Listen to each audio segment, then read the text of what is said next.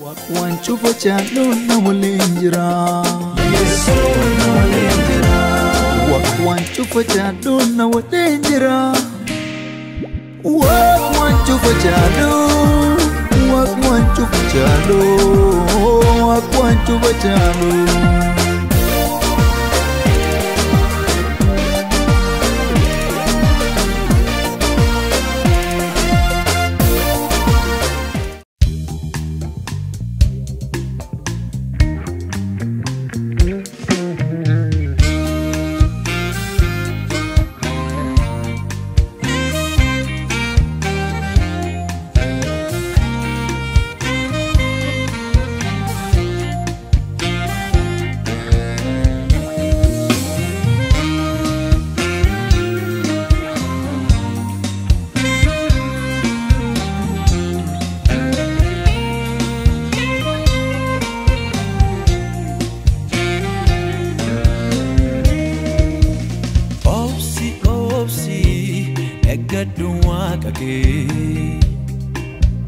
Dumbe salalte infitinum nake Gafa siyadatu biftu nafsi batu Gaddike inafa furman noli tufa Gafa siyadatu biftu nafsi batu Gaddike inafa furman noli tufa Jira malle barkeran ceumsa Jeda banke enyutu isa dursa Jira malle barkeran ceumsa Jeda banke enyutu isa dursa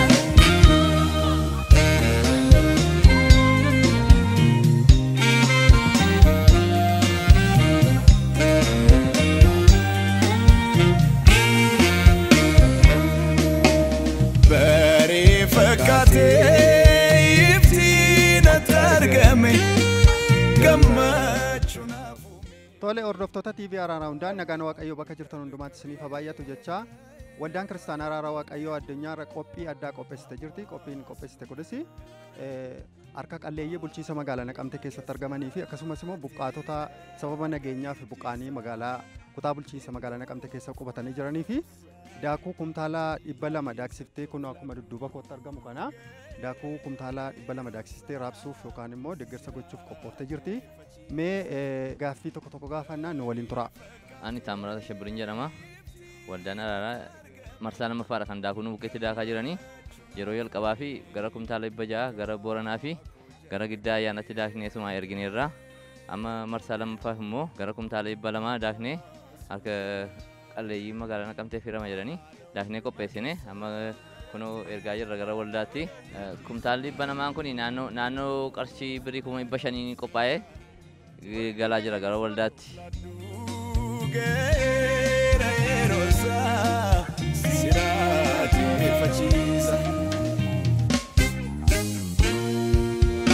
Dhaabachuun eeggachuun ulfiina Waaqayyoon qabaachuun jabiina fuulli isaa yoomiyyuu dansaadha kan boruuf uumaan kee beekaadha Waaqayyoon warra eeggatanii hin bahuun areeffatanii himmiidhee boobaan ibiddaa harka isaanii darba barri gaddaa jira malee barkeeraan ce'umsa jedha baankee eenyutu isa dursa.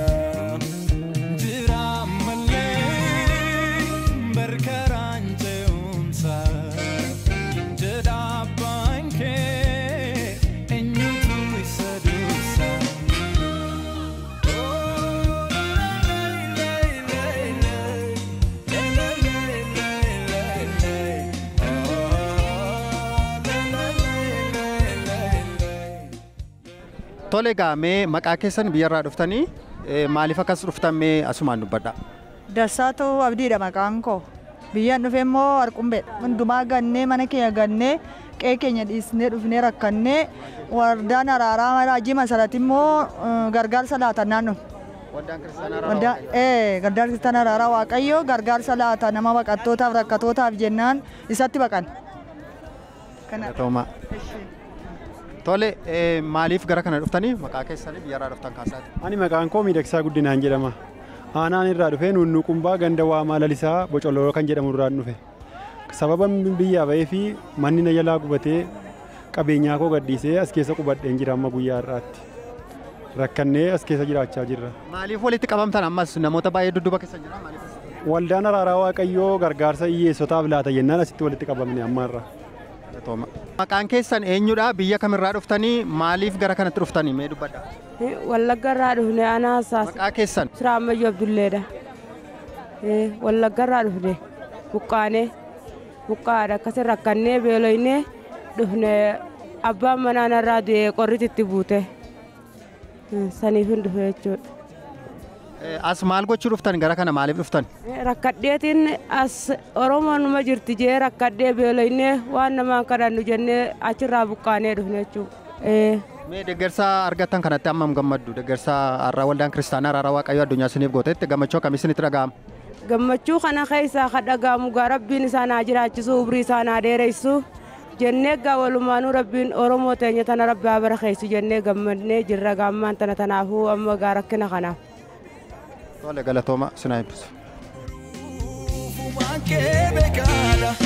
Waaqayyoon warri eeggatanii hin bahuu humna reeffatanii himmiidhee boobaan ibiddaa harka isaan darba barri gaddaa jirra malee cimnee dhaabbannee jedhaa faarsaa harki isaan hungannee jirra malee cimnee dhaabbannee jedhaa faarsaa harki isaan hungannee.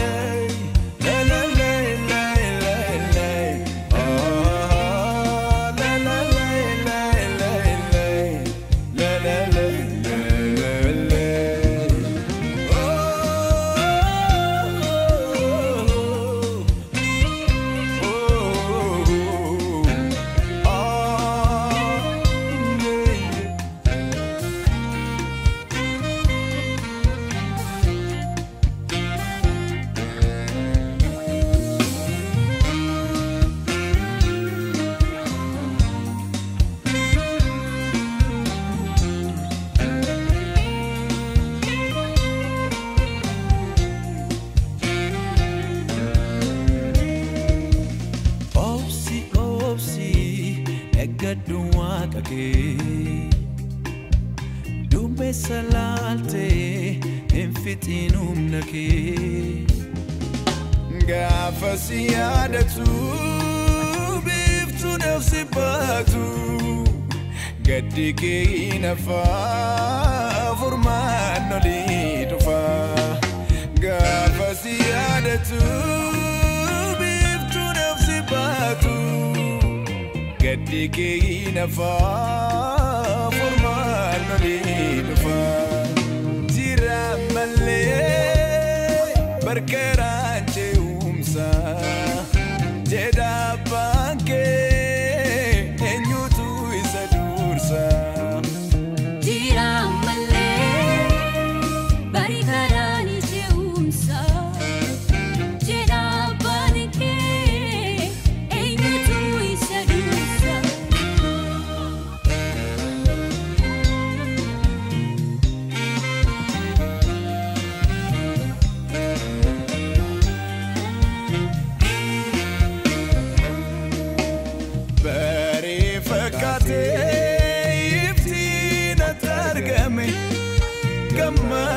Chunafume kara ko jal kabe gaye mundemu amas lubna alon duma keessatti erga ijjisa innu funan obsa jedhii sattoof laadhu geera yeroonsa siraateeffachiisa baree fakkaatee iftiin ati argame gammachuu naaf uume. Waan cufa caalluun na waliin jira. Waan cufa caalluun na waliin jira. Waan cufa caalluun. Waan cufa caalluun. Waan cufa caalluun.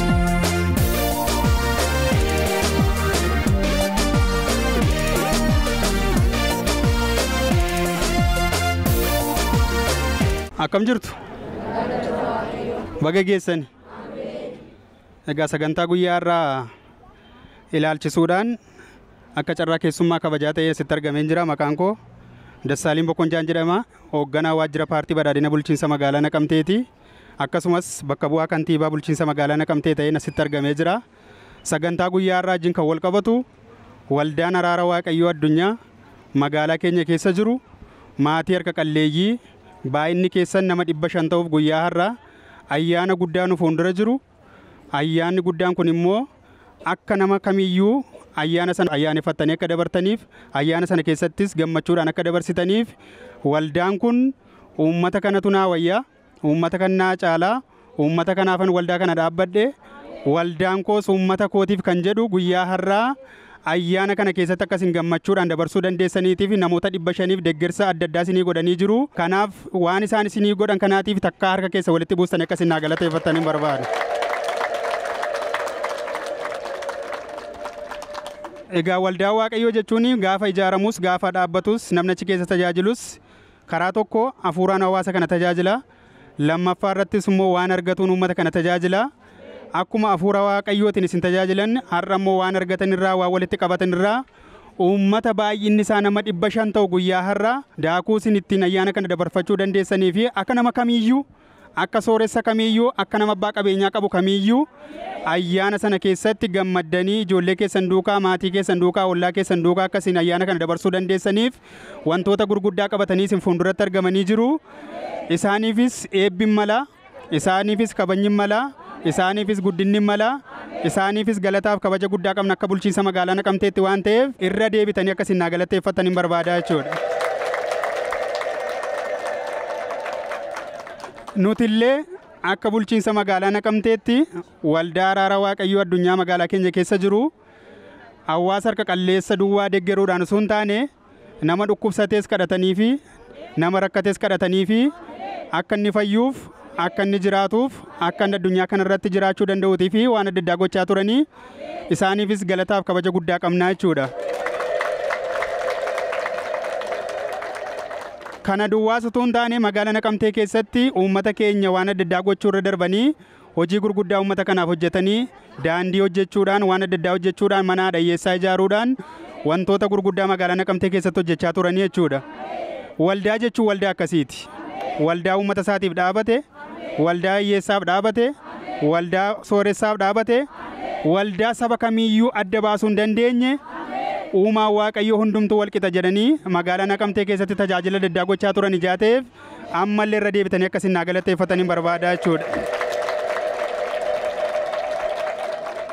Maaliif waldaan gaafa ijaaramus gaafa dhaabbatu akkuma salesiniin jedhe uummata isaatiif sabaaf sallammii isaatiif waan ta'eef isaanis sana giddu galeessa godhatanii guyyaa har'aa utuu mana keessan keessa ani hiyyeessa jettanii of hin ilaalin ani baay'ee of harkaan qabu ani waan tokkoyyuu mana koo keessan jiru jettanii utuu isin of hin ilaalin warra kanaatiin manni isaanii guutuu ta'uufii qaba. Ayyaanni isaanii ayyaana bareedaa ta'uufii qaba. Akkuma warra sooressaa karaa nagaa dabarsuu qabu karaa nagaatti gammadanii ayyaana kana dabarsuu danda'u jedhanii wantoota baay'ee isinii qabatanii dhufaniiru. Waan isaan isinii qabatanii dhufanis wantoota isin ayyaana isin ittiin dabarsuu dandeessan waan isin nyaattanii dabarsuu dandeessan waan isin dhugdanii dabarsuu dandeessan waan hedduu of keessaa qaba waan ta'eetiif kanaaf sagantaan kun sagantaa bareedaadha, sagantaa eebbifamaadha. Uummata magaalaa Naqamtee nuni baajeta mootummaatiin isin deeggaruu hin dandeenye isaan immoo mana isaanii keessaa isin deeggaraniiru jaateef isaaniif galataaf kabaja guddaa qabnaa fi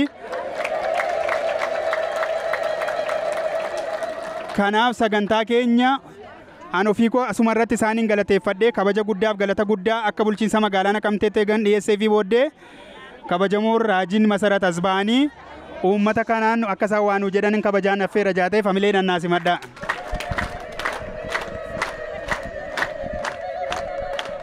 Tole Waaqayyo sinaa eebbisu.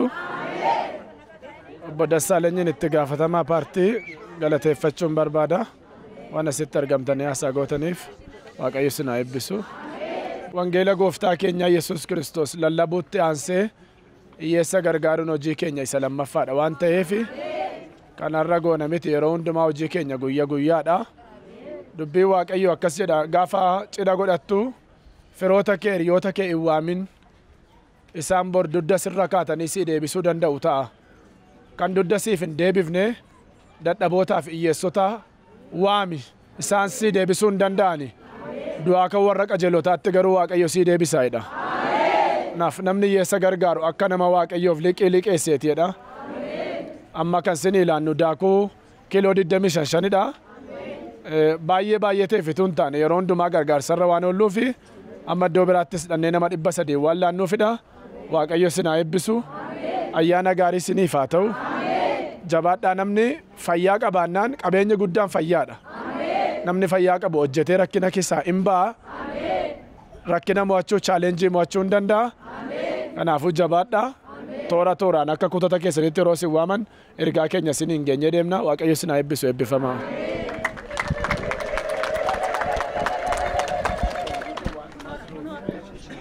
Waan cufa caaluu nama leenjira. Waan cufa caaluu nama leenjira. Waan cufa caaluu. Waan cufa caaluu. Waan cufa caaluu.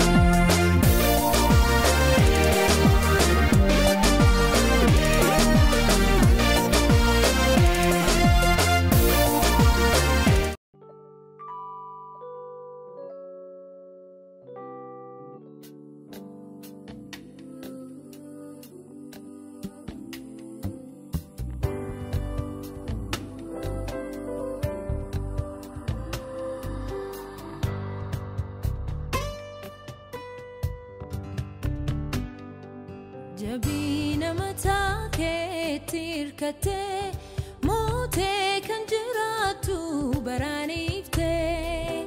Jabina mataa keetti hirkattee mootee kan jiraattu baraaniiftee. Kan turtee kan jirtuuf jiraattu waaqa dhaatii homtuu sin fakkaatu. Kan turtee kan jirtuuf jiraattu waaqa dhaatii homtuu sin fakkaatu. Samiin teessoo kee laftee jannoo kee maaliin tilmaamamaa guddinni kee. Gooftaa uumamaa bulchaa hundumaa ogummaan keenyu shallagama. Waaqa kwaati guddaadha waaqa kwaati jabaadha waaqa kwaati beekaadha. Waaqa kwaati guddaadha waaqa kwaati jabaadha waaqa kwaati beekaadha.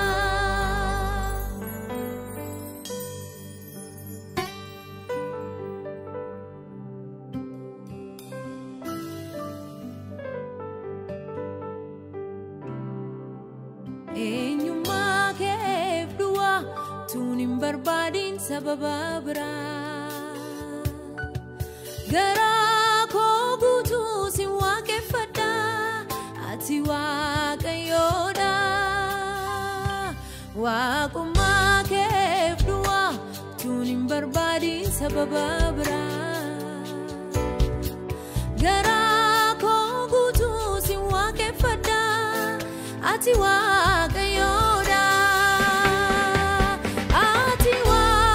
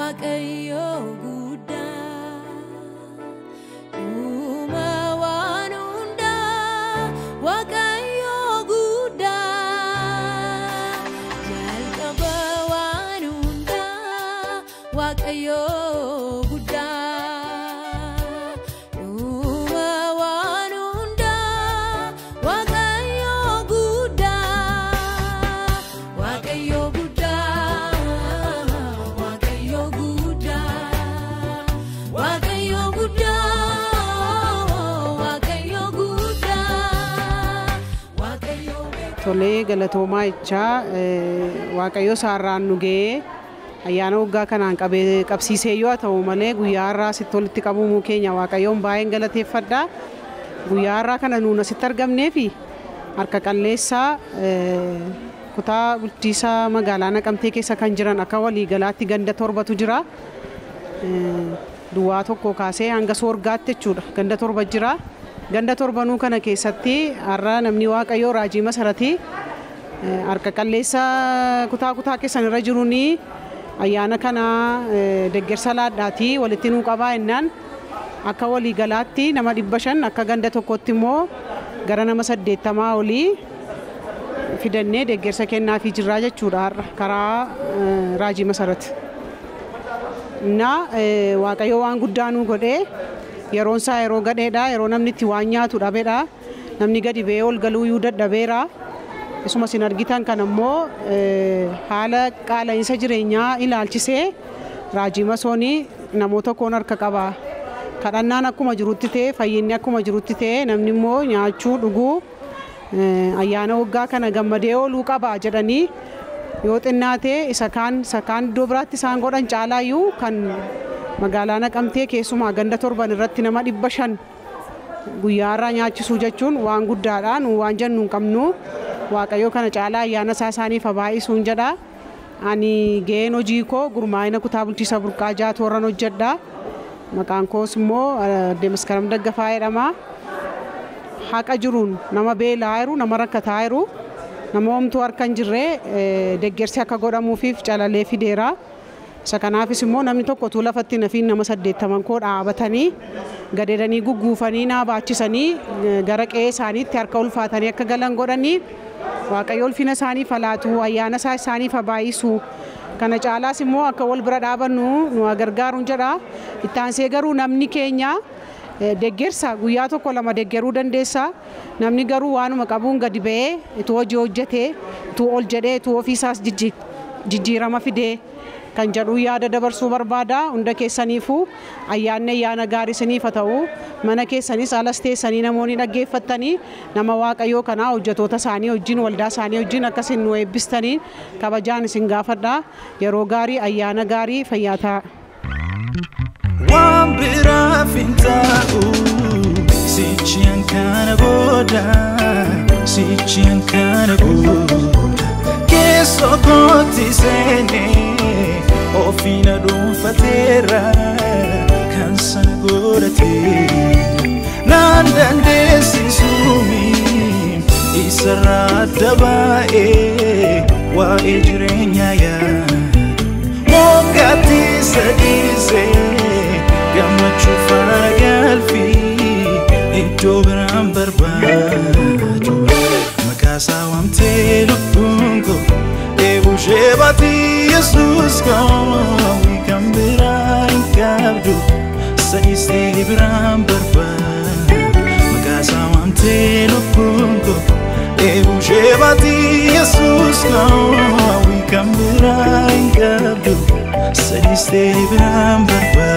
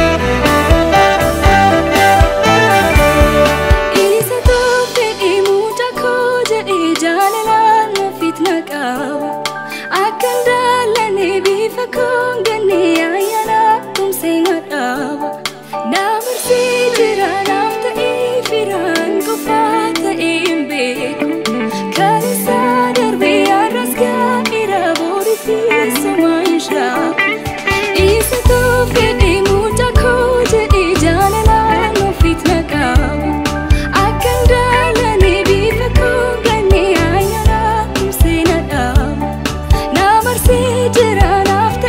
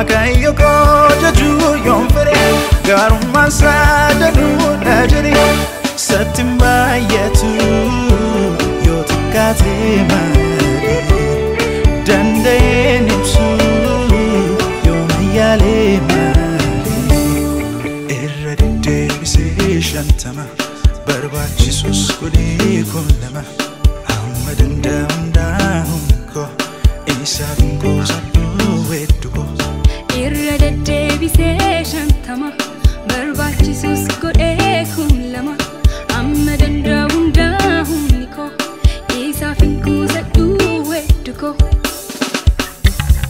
beekumsi naaf galeessa kana waaqayyoof jiraachuun qabbana gaarummaa isaa kan mi'eeffatee waan biraan hin ta'u gonkumaa beekumsi naaf galeessa kana waaqayyoof jiraachuun qabbana gaarummaa isaa kan mi'eeffateef waan biraan hin ta'u gonkumaa maqaa isaa waamtee lubbuun koo eebushee baatii yesuus koo kan biraan hin qabdu sadistee biraan barbaadu maqaa isaa waamtee lubbuun koo eebushee baatii yesuus koo kan biraan hin qabdu sadistee biraan barbaadu maqaa isaa waamtee yesuus koo eebushee baatii lubbuun koo kan biraan hin qabdu sadistee biraan barbaadu maqaa isaa waamtee yesuus koo eebushee baatii lubbuun koo kan biraan hin qabdu sadistee biraan barbaadu.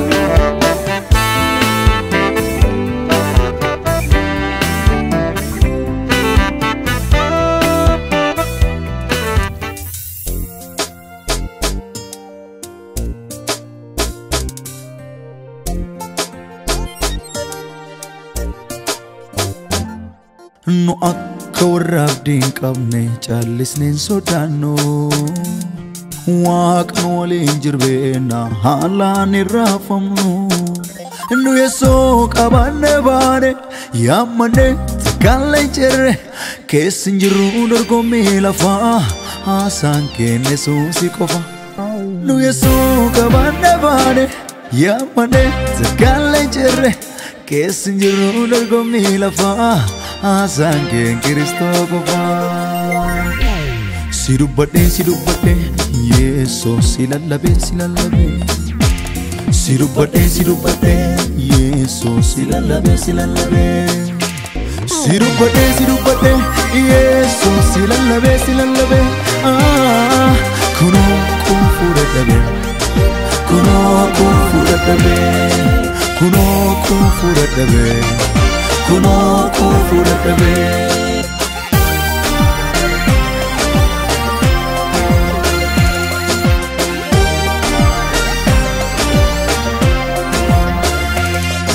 Waraan lafaa addunyaa keessa jirtu oduu foonii kan lafaa ka asitti haftu Nuguleen deemnu kan lafaa yaaduun asumatti hafti Nuguleen deemnu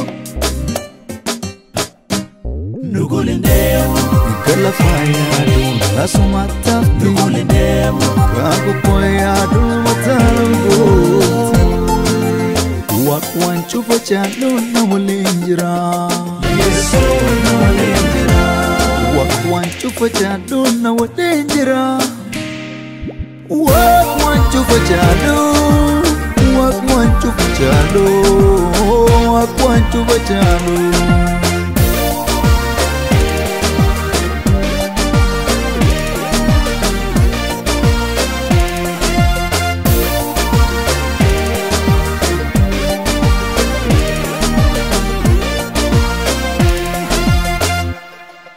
Nu akka warra abdii hin qabne callisneen sodaannu Waaqni waliin jirbeena haalaan hin raafamnu Nu Yesuus qabanne baane yaammanne takkaanlee hin jirre keessa hin jirru dorgommii lafaa haasaan keenya Yesuus qofa Nu Yesuus qabanne baane yaammanne takkaanlee hin jirre keessi jiru dorgomni lafaa haasaan kee Kiristoo qofaa. Si dubbadhe Yeesoo si lallabe si dubbadhe Yeesoo si lallabe si dubbadhe Yeesoo si lallabe kunoo kun fudhadhabe kunoo kun fudhadhabe kunoo kun fudhadhabe kunoo kun fudhadhabe.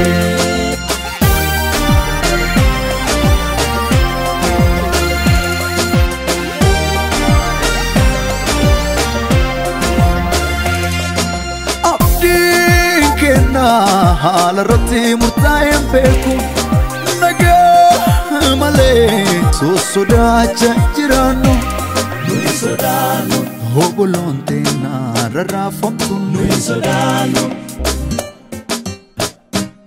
nuyi sodaannu oboloon teennaa rarraafamtu nuyi sodaannu Yeesoo keessa jiraa kanaaf hin baane. Wakata manta kalle chereen beeku hinde maamalee sodaadii nan qararratti nafu dikka gaadhu goofta waliin qabatee furriisaa kaamotiin eegoolii yaadii kutee mormaasa. Namni wakata manta kalle chereen beeku hinde maamalee sodaadii nan qararratti nafu dikka gaadhu goofta waliin qabatee furriisaa kaamotiin eegoolii yaadii kutee mormaasa. Nuyi sodaannu oboloon teennaa rarraafamtullee sodaannu. Nuyi sodaannu yodoon teenya rarraafamtullee sodaannu Yeesoo keessa jiraa kanaaf hin baane. Waan cufa jaalluun na waliin jira Yeesoo na waliin jira. Waan cufa jaalluun na waliin jira waan cufa jaalluut waan cufa jaalluu waan cufa jaalluu.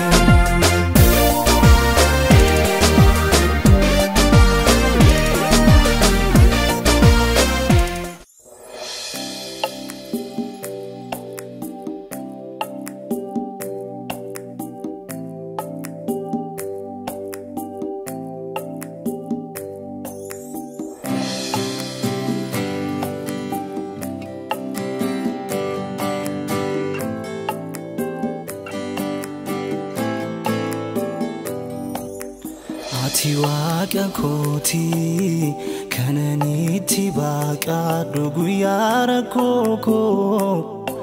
Ati waaqa kooti utuun sitti hin himatin hin beekta dhibee koo. Ati waaqa kooti yemmuttiin si waamu daftee naaf hawwaata. Ati waaqa kooti kan akka keenaaf ta'u hin jiru yaa gooftaa. Ati waaqa kooti kananitti baaqadhu guyyaa rakkoo koo. Ati waaqa kooti utuun sitti hin himatin hin beekta dhibee koo. Ati waaqa kooti yemmuttiin si waamu daftee naaf hawwaata. Ati waaqa kooti kan akka keenaaf yaadu hin jiru yaa gooftaa. Si waama an si waamen kufu kanaafan si waama Yesuus koo si toona manuufu. Si waama an si waamen kufu kanaafan si waama Yesuus koo si toona manuufu. Maqaa keenatti tola malee eenyu na waami maqaa biraa. Maqaa keenatti tola malee eenyu na waami maqaa biraa. Si waama an si waamen kufu kanaafan si waama Yesuus koo si toona manuufu. Si waama an si waamen kufu kanaafan si waama Yesuus koo si toona manuufu.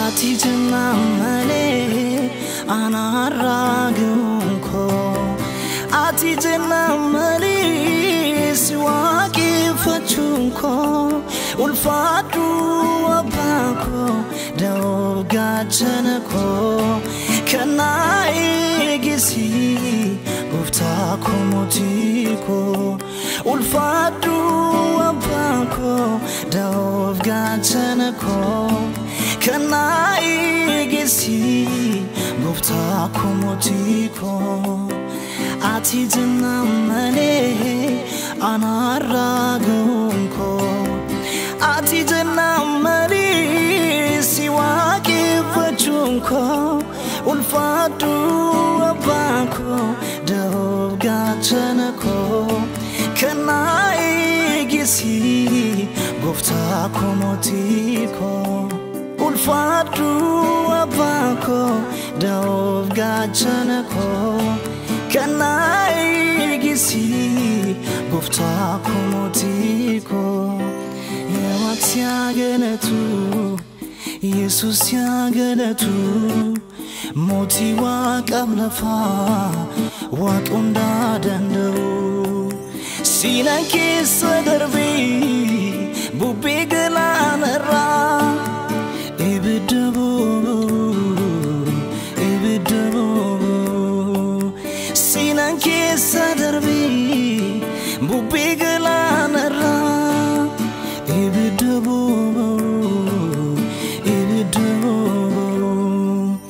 Yawaks yagalatu Jesus yagalatu moti waqablafa waqunda dandau sinke sadarbine ubigalanara ibidabo sinke sadarbine ubigalanara ibidabo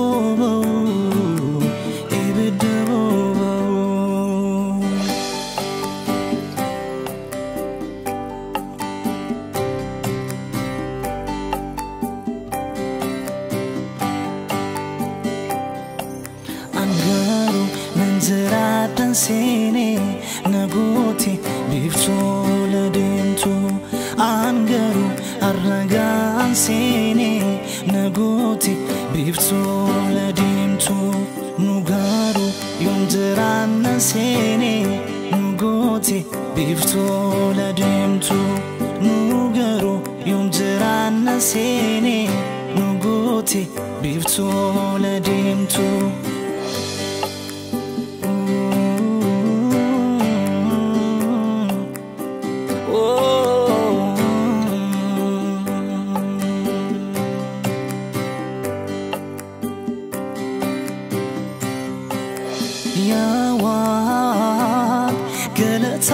sina manake wanat nafguti bainarge galani ulfini fuqubani gudda sifata usiga machisa galani ulfini fuqubani gudda sifata usiga machisa umam dinu hajajatu maqaguftana wajin tay hajajatu maqaguftana wajin olke gadireni shubisa inni yunan kubsu maqaba kwebisun nanne asiswe kometan wedsa inni yunan kubsu maqaba kwebisu nanne asisu labi kurale lesa inni yunan kubsu maqaba kwebisu nanne asisu mamundinu hajajatu maqaguftana wajin tay hajajatu galatu maqaa gooftaan wajjin ol kee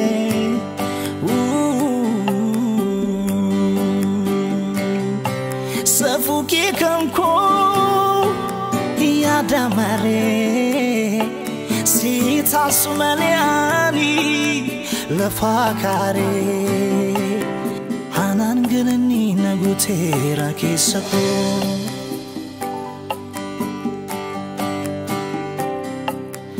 ulma kizra kesako waqeyoko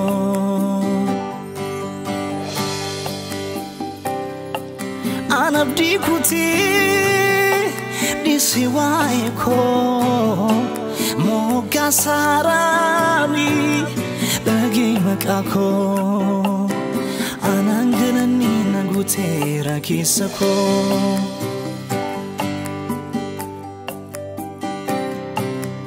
ulma kizra kisako waqeyoko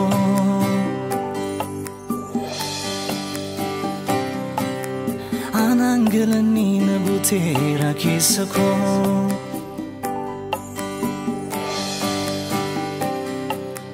ulma kizra kisako waqeyoko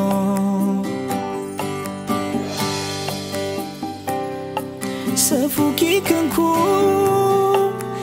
yaada maree sita sumaliani lafakare safuki kanko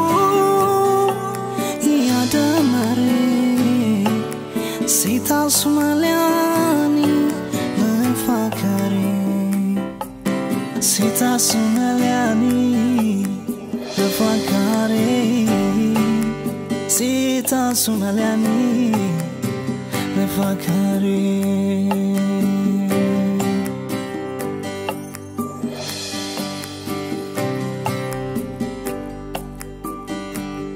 ችግሩ መጣና ጠየቀኝ አሁን ታመልካለ ወይ አለኝ ሁኔታ መጣና ጠየቀኝ ዛሬም ታመልካለ ወይ አለኝ ሐዘንም መጣና ጠየቀኝ አሁን ታመልካለ ወይ አለኝ አዎ አመልካለው አዎ አመልካለው እኔ አመልካለው እኔ አመልካለው ዛሬም አመልካለው ነገም አመልካለው እኔ አመልካለው እኔ አመልካለው ችግሩ መጣና ጠየቀኝ አሁን ታመልካለ ወይ አለኝ ሁኔታ መጣና ጠየቀኝ ዛሬም ታመልካለ ወይ አለኝ ሐዘንም መጣና ጠየቀኝ አሁን ታመልካለ ወይ አለኝ አዎ አመልካለው አዎ አመልካለው እኔ አመልካለው እኔ አመልካለው እኔ አመልካለው እኔ አመልካለው ዛሬም አመልካለው ነገም አመልካለው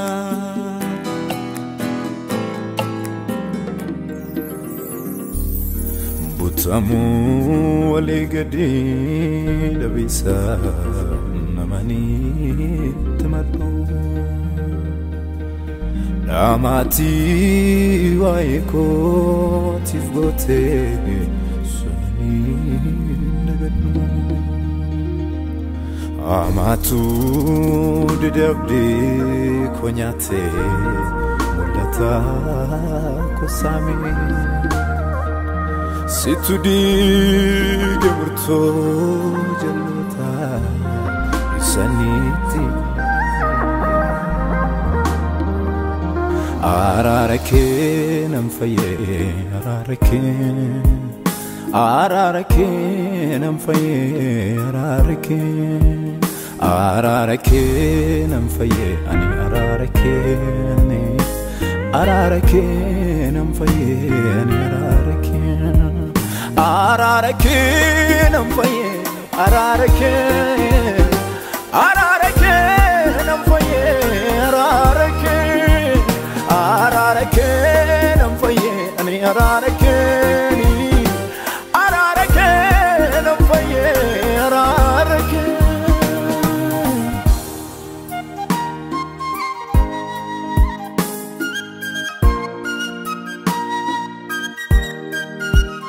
Wae umama miti wae uman dubata Isati nafgote kameta negata Anana mabdi kutatu garumanke nafte Sejojo nisu amfede yute Wae umama miti wae uman dubata Isati nafgote kameta Tolega waldaan kiristaanaa Araaraa Waaqayyoo addunyaa irra deeggarsa midhaan kiiloogiraama 25 gumaacha isinii gooteetti mee gammachuu isinitti dhaga'ama maaliif akkamitti ibsa? Baay'isee Waaqayyo bara baratti saadee eebbisuu ayyaana isaa baay'isuu fi qeesaa ijoollee isaa kana caalaa taa guddisuu ayyaana isaa baay'isuu lammiina eebbisu garaan nyaata eebbisu mannoo eebbisu amma bara baraatti. Maqaan koo Teenishee Yesuufiin jedhama. Ganda duwwaa torbarraan dhufe deeggarsa waldaan Araaraa godhee fi guddaan galateeffadha himeen fixu eessarraayyuu deeggarsa qaban waa tokko immoo qabu iji isaanii argee mana koo keessa kun galee kana jechuus hin danda'u himeesin baafadhoon guddaa ayyaana saasaafaa baay'isuu kan waan jedhu dandeessu dubbadheen fixoon dubbadhee baafachuu hin danda'u inni arga mana namaa keessa. Jireenya namaa sin arga wayyaa koo foon koo laala malee har'agin inni na yaadate lafan taa'u laalee mana koo keessa sargee kana caalas waan an jedhu qabu nuufa jiraatu amma dhumaati isaadhaaf ammayyuu kanuman jedha galatoomaa. Waaqayyo sinaa eebbisu. Waaqayyoof galanna ta'u har'a waldaan Araaraa deeggarsa isheen goote midhaanii fudhan kennama jennaan dhufe yoo midhaan sana dhabeesi. Raajiin masarratti madaabaraa duwwaa sana irratti yoo kadhatanii naalatanii midhaan mana koo keessaa hin barakata jedhee amaneen fudhee amma madaabaraa duwwaa miti garuu midhaan masaa fayyaa naalatanii baay'ee gammadeera Waaqayyo bara isaanii ijoollee isaanii jireenya isaanii eebbisuun jedha. Maqaan koo Taaguu Nagaashidha. Gandi koo duwwaa torbadha. Baay'een gammadaan dhugaadha. Nama kana Waaqayyotu nuu kaasee nama kana rakkataaf kaasee nama kana harka qalleeyyuu nuu kaasee nama kana ammayyuu dhugaadha dabalee isaa eebbisuun jedha gara kooti. Waan haaraan arge nama kana irratti dhugaadhaan nama na gargaaru siin qabu gargaarsa siin qabu Waaqayyoo nama kana kan nuu kaaseef galanni isaaf haa ta'u nama kana ammayyuu daddabalee nuuf haa eebbisuun jedha. Waan cufa caaluun na waliin jira. Waan cufa caaluun na waliin jira. Waan cufa caaluun waan cufa caaluun waan cufa caaluun.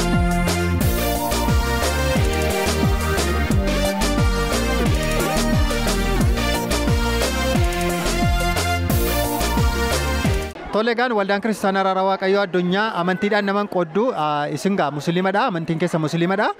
Guyyaa irraa deeggarsa midhaan nyaataa kiiloogiraama 25 akkuma asitti argamu kana deeggarsa isinii gooteetti gammachuu isinitti dhaga'amu akkamitti ibsattu? Maqaan koo Wandimuu Galataa Beekaan jedhama. Dhalooti koo Duwwaa 5 jiran lafti jireenyaa kooti Duwwaa 5 keessadha. Waan waldaan kun naa godhee baay'een galateeffadha baay'ee. Innatti gammannee itti xoomii hiikaa itti oolla. Kanaaf baay'een galateeffadha haa galatoomaniin jedha. Meena isgaa waldaan kiristaanaa Araaraa Waaqayyoo addunyaa amantiidhaan naman qooddu har'a deeggarsa midhaan nyaataa isinii gootee jirti. Egaan mee gammachuu isinitti dhaga'amu akkamitti ibsattu? Baay'een gammadaa warra waldaadhaan waliin qoodne kana baay'een itti gammadaa. Haa galatoomaniin jedha. Maqaan koo Biraanee Tasfaatii. Waaqayyo gooftaan Yesuus isin haa eebbisu. Waan jiraatan gufuu diinaa isin jalaa haa buqqisu haa gatu. Akkasin namaaf dhaabattan akkasin nuuf dhaabattan gooftaan isiniif haa dhaabatu akkasin hiyyeessaaf yaaddan inni immoo teessoo isaarra isiniif haa yaadu hin qabnu la waa tokko ruubiillee bitachuu yaaddaarra kana waaqayyotu godhee isinis nuu yaaddanii nuu gootanii nuu yaadattanii waaqayyo sinaa eebbisu gooftaan Yesuus Kiristoos. Ulfaadhaa ulfina isaa isiniif kenna. Waggaa haaraa kan waggaa bara gariitti isin haa ceesisu gooftaa Yesuus eebbifamaa obboloota koo haadhoo nuu taatanii waaqayyo fira nuu godhee alagaa fira nuu godhee gooftaan eebbifamaa ulfaadhaa. Ulfina isiniif kennu Kiristoos. Waan cufa caaluun na waliin jira. Waan cufa caaluun na waliin jira.